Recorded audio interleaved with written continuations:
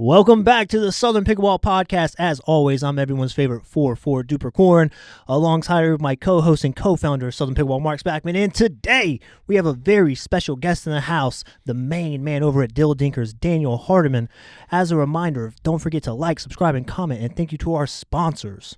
Head Pickleball, a favorite of Southern Pickleball and its players all across the country. Diadem Sports, the official pickleball of Southern Pickleball and of the world, and the only pickleball that we want to play with and you should want to play with as well. And Mizuno, the shoe that is helping us grow the game on and off the courts. We're also grateful for Mizuno's continued support of Southern Pickleball as they provide us with some incredible giveaways for our tournament players and fans.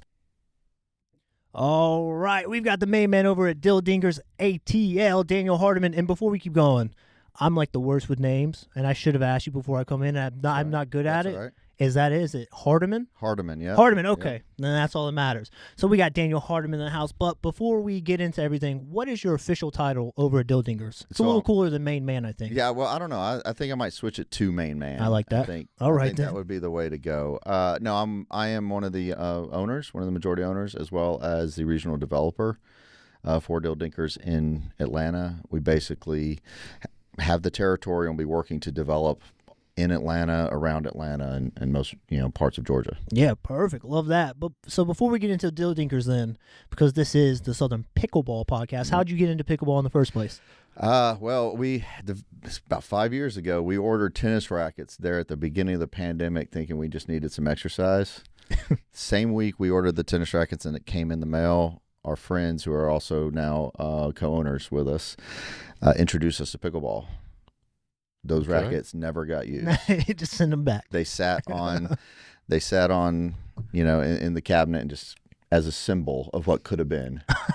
And so that we started there, and then we have the same story that everybody else has, that we tried to play some 80-year-old guy, and they completely wiped the floor with us, even though we're like, I played 5 sports in high school. And and now 5 years later, I want my revenge, regardless of if he's in a wheelchair or not.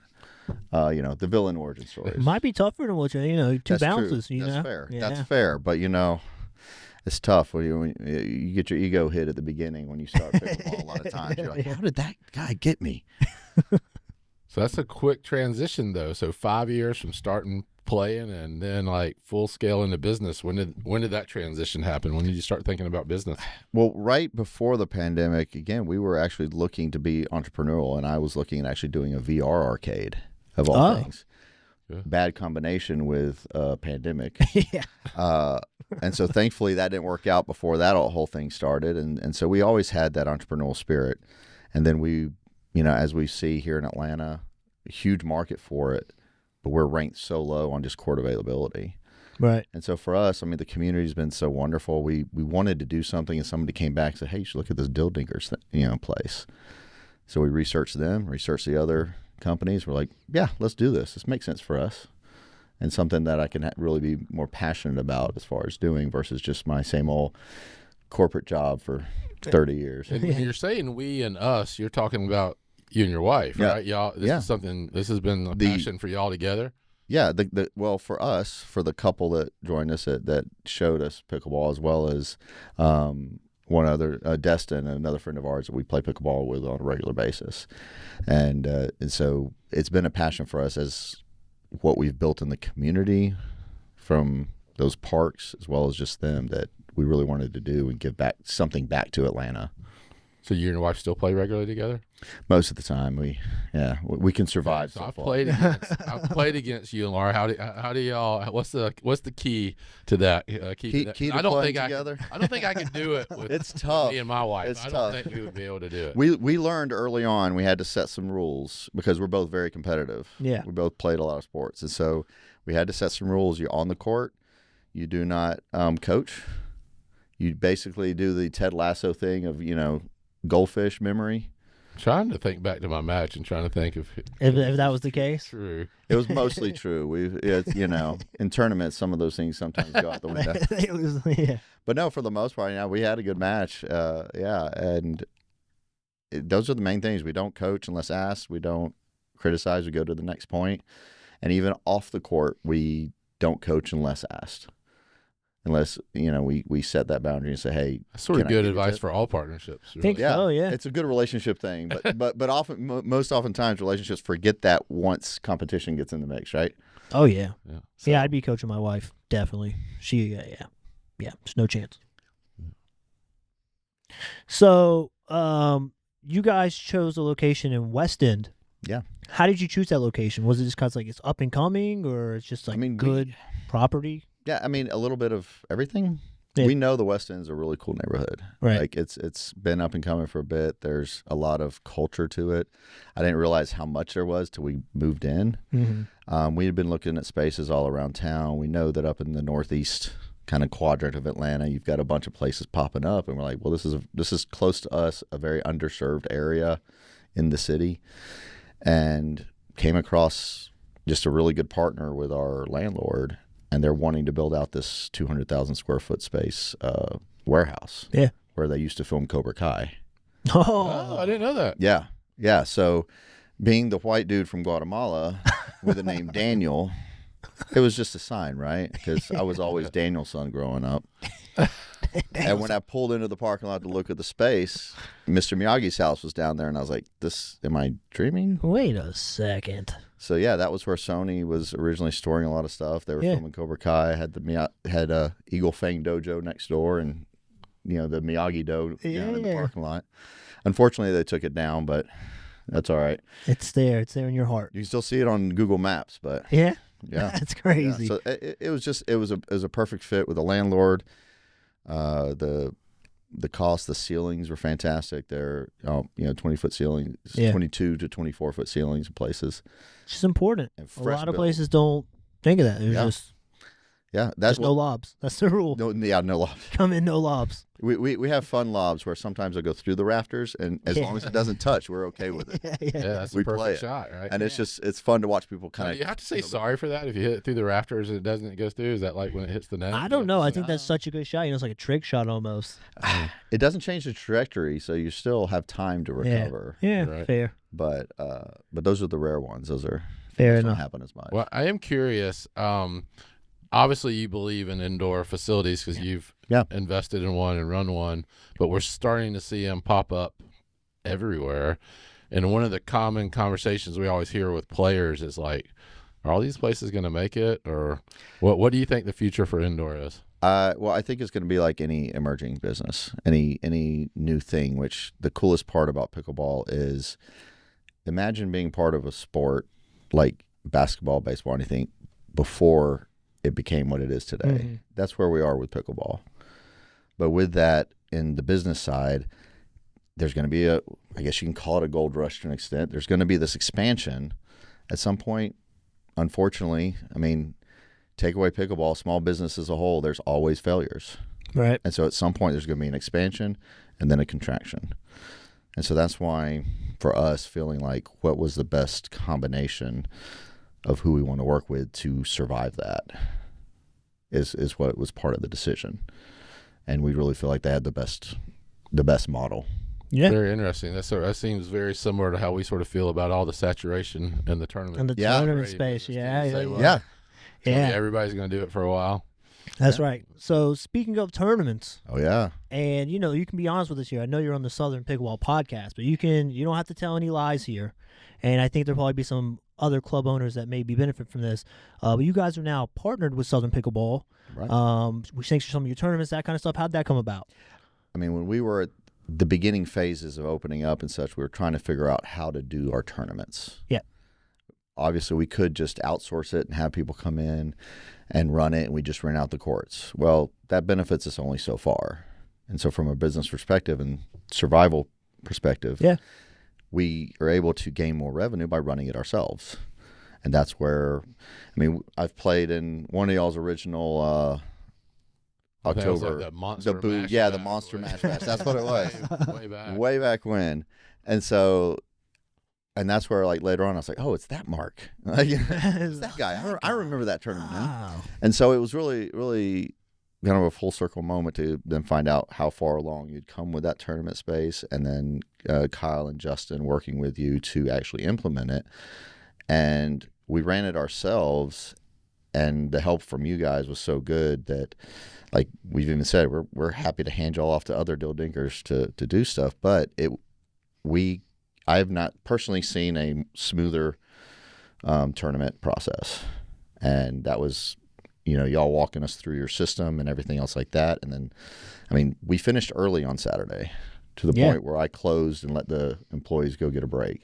Yeah. Like, instead of trying to fill the courts more, I was like, no, let's all go take a break. But that gives us the power to kind of run it ourselves, tell the story, market it and whatnot, but at the same time still have a wonderful partner with you guys. And I think that right after that first one is when y'all sanctioned us for being a sanctioned facility. Our challenge, as Southern Pickleball has been, like, when we're working with a city or a municipality, a lot of times the goal is economic impact, right? So if we bring a lot of people into the city or get some court rental for them or whatever, and they need minimal, it works. The challenge when we started working with a lot of private facilities and indoor facilities is you're really interested in that P&L and the four walls, right? And so not really worried about the heads in the beds or, the restaurants that are getting eaten out around. So it was trying to figure out how to work that, and we just sort of thought for the model. But we also, with Southern Pickleball, this pickleball pie is so big, and that's why I tell everybody all the time, the only thing that I think any of us should be concerned about is if somebody goes and plays a tournament or goes and plays a league and has a bad experience, because then we've all lost, right? Yeah. So we were just like, well, how can we work together to help the facilities? And so that's sort of why we came up. We were like, well, we just want to help train, and we had some partnerships. And so that way, and I think sometimes there's still a lot of people out there, that think, hey, there's a catch, or whatever. That what's the catch? Why are y'all going to be willing to help train us, or whatever? But it's been a great partnership for us. I'm excited. I mean, the one coming up first of the year, y'all.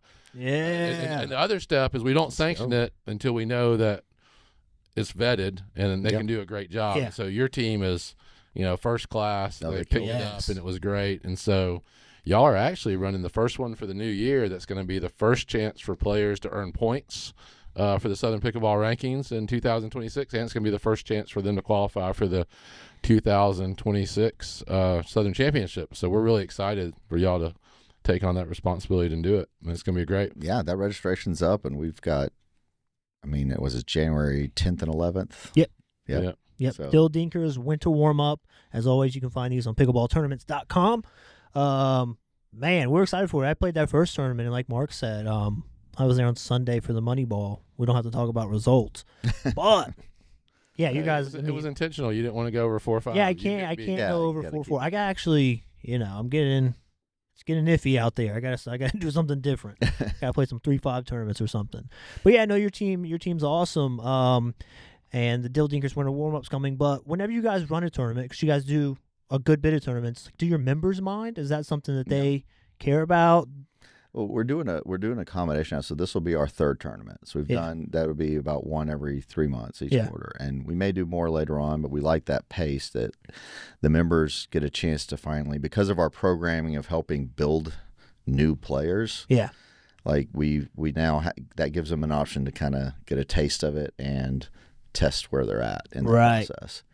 And we combine that with, we do little mini tournaments in between. And it's just like one night tournaments. Oh, that's fun, yeah. And we do those for like a specific level, not a big group.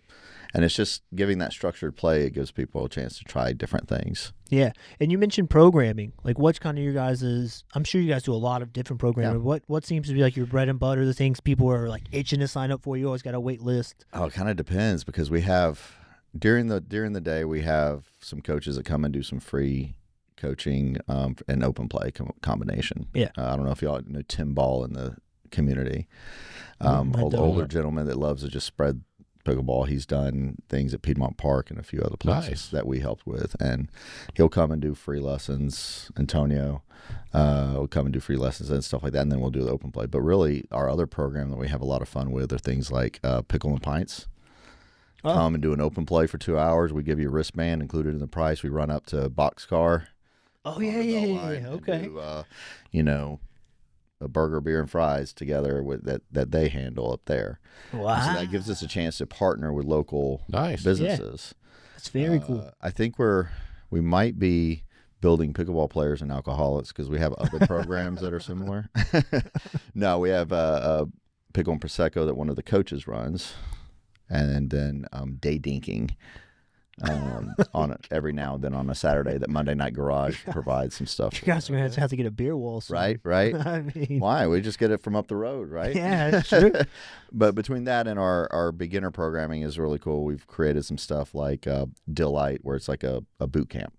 So it's a 3-week program, an hour with a coach, hour play that for new players. Yeah, and you said it's called Dill Light. Dill Light. So far, your names are pretty. That's what it is. That's what's different about you guys. You got the good names. Well, that's what you got a dad with dad jokes. What do you expect, man? That's what we're here for. So what do you look for when you're hiring your coaches? I mean, I know you Justin's got a great reputation and all that. Yes. But, I mean, that's hard. I mean, so, I mean, and maybe there's a way we can sort of back in this. What do you look for hiring your coaches, but what would you recommend for players that are listening to look for when they're trying to find a coach to work with? That may be even more important. Well, with coaches, I mean, first off, their vibe is important. Their personality is huge because it feeds into the overall picture of what we have.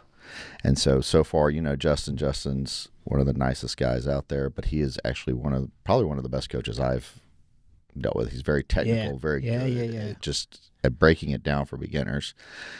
For coach side, we look for those that are just, they're good with people, they're warm, they have a passion for the sport and a passion for spreading it, and that they see the same vision that we have as far as building like a solid, good pickleball community. Right. As far as the players are concerned, try different ones. If one's not vibing, so far we haven't had people jump ship because all the coaches we've hired in do a good job, and oftentimes the beginners get attached to a coach. They're like, oh, this is the 100%. Person that introduced me, right?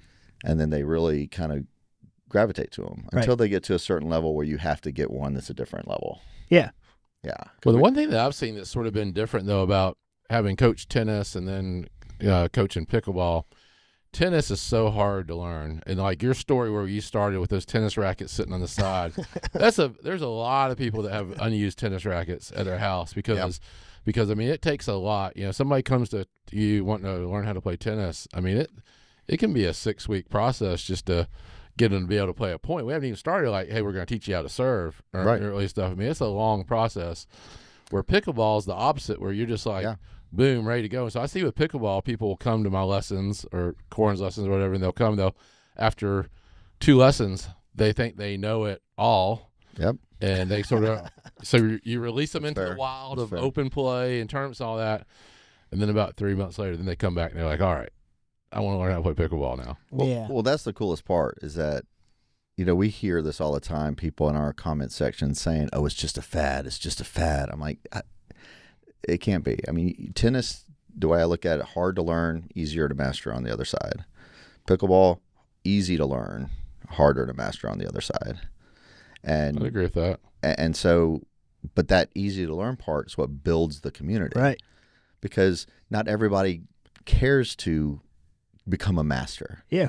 But now you're giving people who never played sports before that feeling that all of us athletes know. You get that good shot, that adrenaline rush. Ugh. Yeah, those poppy hand-to-hands, even if they only last 3 times in the lower levels or something like that.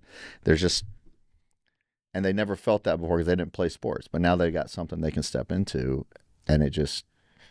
I don't mean to get clickbaity on you, but are you sitting here saying that pickleball players are not athletes? No, not at all. I don't know. I've got injuries. I've got injuries to prove otherwise. No, you play hard. Players, you play hard. Well, it is. But I was hearing the opposite. I was hearing them say they were, and I was over here debating. I was like, "Oh man, I don't know." No, I just at think the beginning, tennis players are better athletes. I'm sorry. Right.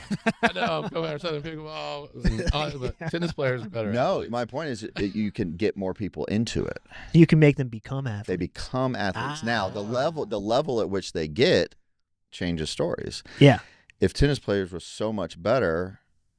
Ben Johns wasn't a tennis player, right? Correct me if I'm wrong. Was he? I think you. But he wasn't. Pro. I think you're wrong. Yeah. But he wasn't pro, right? Not a pro. No. Yeah, but now you have pros come in and they still can't catch up to some of the others. Yeah. Yeah. So I think it's different skills for different sports. But we've never really had a pro player from the tennis that's come and has been willing to train. They've already trained and they don't have. I mean, I mean, Jack Sock's what, top 20 now? Yeah. I mean, do you think he plays pickleball more than twice a week, or does he just show up for the tournaments? You know, I don't know. I was on your side, but I saw a video of him training with Fed. I mean, he was going hard out there. Really? No, I'm sure he's not training hard. He's like 50 pounds above his playing weight when he was a tennis player, right? He got big. Overall, the athleticism, it's a different thing. And so to that point, of course, it's you don't need as much to run across a pickleball court as you do across a full tennis court. Yeah, I mean, I think the pro players are phenomenal athletes. Yeah, I mean, I think at the top they're but I think what's great for me when I started playing pickleball, I mean, I was 370 pounds when I started playing it, so I'm thankful it was easy and didn't require it, and I mean, it was life changing for me with that. So that's why. So when I say I don't think it's different, I'm not trying to down the game that we all love or whatever, but it's just easier to start. Yeah, way easier to start. I tell that's like one of my spiels. It's like, hey, it's the only sport in the world probably that's easier to play than it is to figure out how to like keep score. Yeah, fair. It's like they'll start playing in 3 weeks, but they don't figure out that score until like week 5 or 6. You know, we have like a 6 week course. Never fully figure it out. No. Hey, that's the biggest time when they learn that score, when you see the biggest jump, because they're not. They're not thinking about it anymore. That's when you get that progression. But 100%. I think I truly like if I'm at the bank or at a restaurant or wherever, and somebody comes up and I'm asking about pickleball and they say no, and they're like, "Oh, I could never do that. I sucked at soccer," or whatever it was they played. I always truly think, no matter who, I was like, no, you just got to try it. You're gonna be able to play this game. It really just is that easy. Yeah, just what I'm hearing from both of you guys, you just don't have to be an athlete to start. Remember that master thing on the other side. Just trying to get my clickbait here. All right, so let me ask you, and if it's too private, it's okay. But we got any sneak peeks? You got anything on the horizon, or any places you're personally scouting that's not in the works, but maybe you're like, I kind of like this area a little bit. I mean, we scout all over the city. Yeah. I mean, I have my hands in a lot of different places to find good spots. I'm very strategic in how I place them. Mm-hmm. We are looking one that, if all goes smoothly, will be up in, we'll say, the Cobb County-ish area. Yeah. And we're just that's a place that's near and dear to us as well. 2 of our owners live up in that area. Kyle lives near Woodstock, and so that whole area as a whole means something to us. We'd love to have something right there. And when you're doing this, like, how much does like the cost of real estate? Because like I guess you guys in Atlanta, it's a pretty, you guys are in a pretty prominent area, but Cobb County too, like, is it harder for a place like that just because of prices, or? I mean, yes and no. I mean, it depends on what you try to do. Right. The good thing about us is we don't try to fit the same mold everywhere. Mm-hmm. We're the first one of the Dill Dinkers that used a mural instead of a, store sign. And that's what I love is I can find a space and then kind of make it our own. Right. And so I'm not building from the ground up right now. To us, it's not needed. Mm-hmm. And so we'll find these spaces and they're out there. And when it comes to real estate, we're not trying to buy the land, because buying land in Atlanta is insane. I mean, it's crazy. But we've gotten so many partnerships with different agents that when things pop up and we see the big box stores close, we at least get word. And depending on the area, some of them are willing to give us a good rent price because we draw people to them. Right. And that's how we got the West End. We got a really good rate because they knew that they're going to build out the rest of that building, and we're a big draw. They know they're always going to have people coming, 8 to 10 and such, and have the big events and things like that. And so it'll draw to all the other businesses. Gotcha.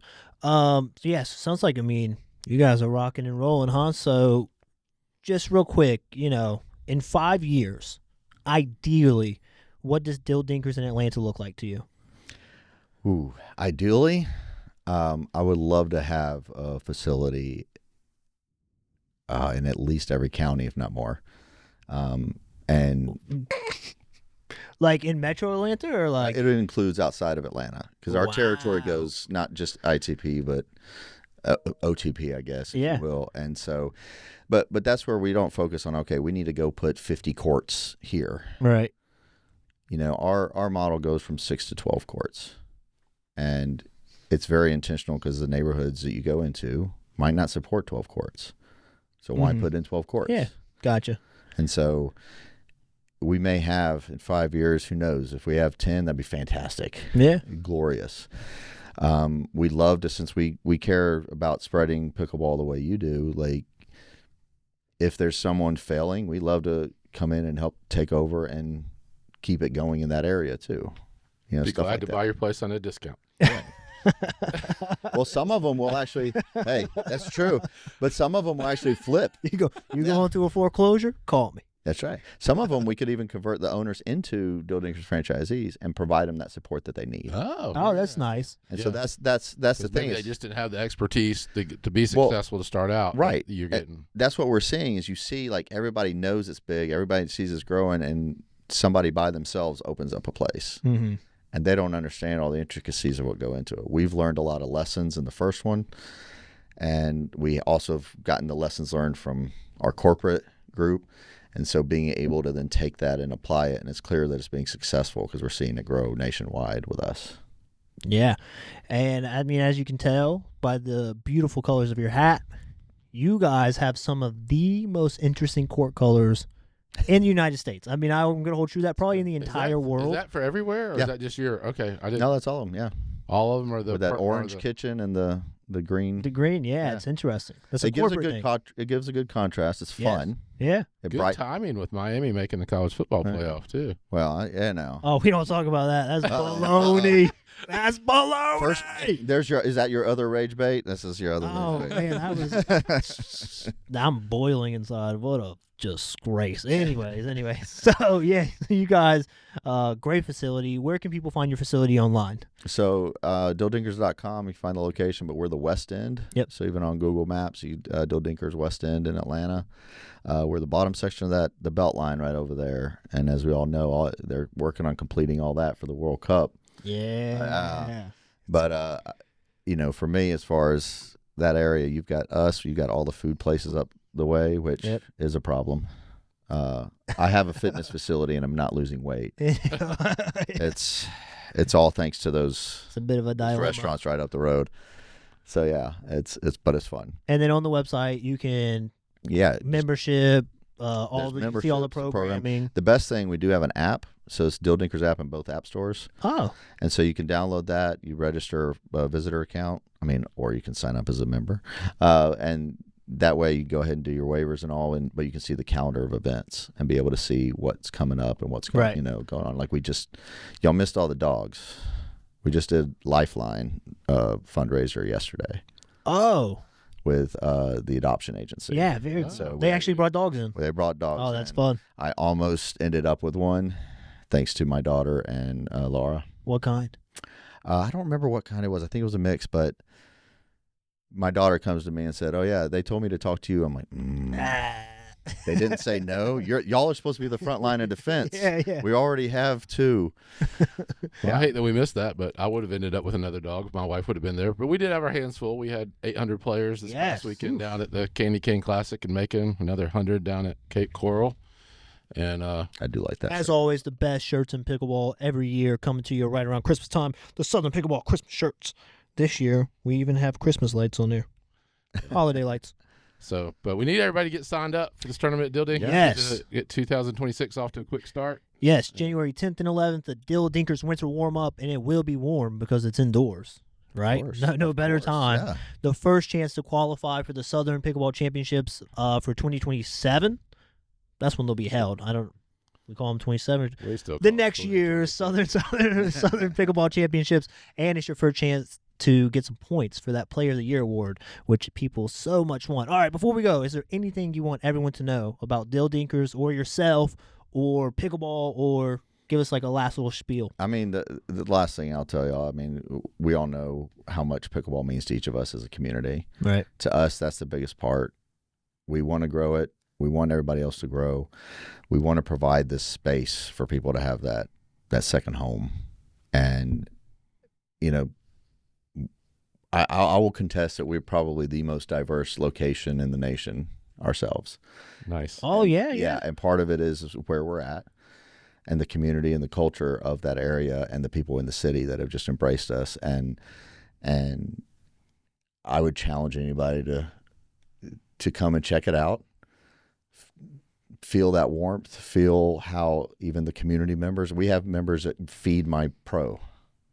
They bring in random food for Justin because he can't stop eating. Hey, shout out Justin Cobkit at Coach Cobkit or something like that. Coach Cobkit PB on Instagram. Great guy. Oh, great guy. But that's absolutely the thing. Great guy. It's like just take a chance. If you haven't tried it, give it a shot. Yeah. Yeah. We know I can count on one hand how many people tried it and told me that it wasn't for them.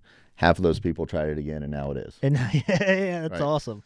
Awesome. I love that. And we really appreciate you coming in. Best of luck to you, with the Atlanta area and just opening new facilities. And best of luck with your facility. You guys got such a great team, though. I mean, oh, they're amazing. Yeah, you guys are going to be just fine there. So thank you again. And thank you all again for tuning in to another episode of the Southern Pickleball Podcast.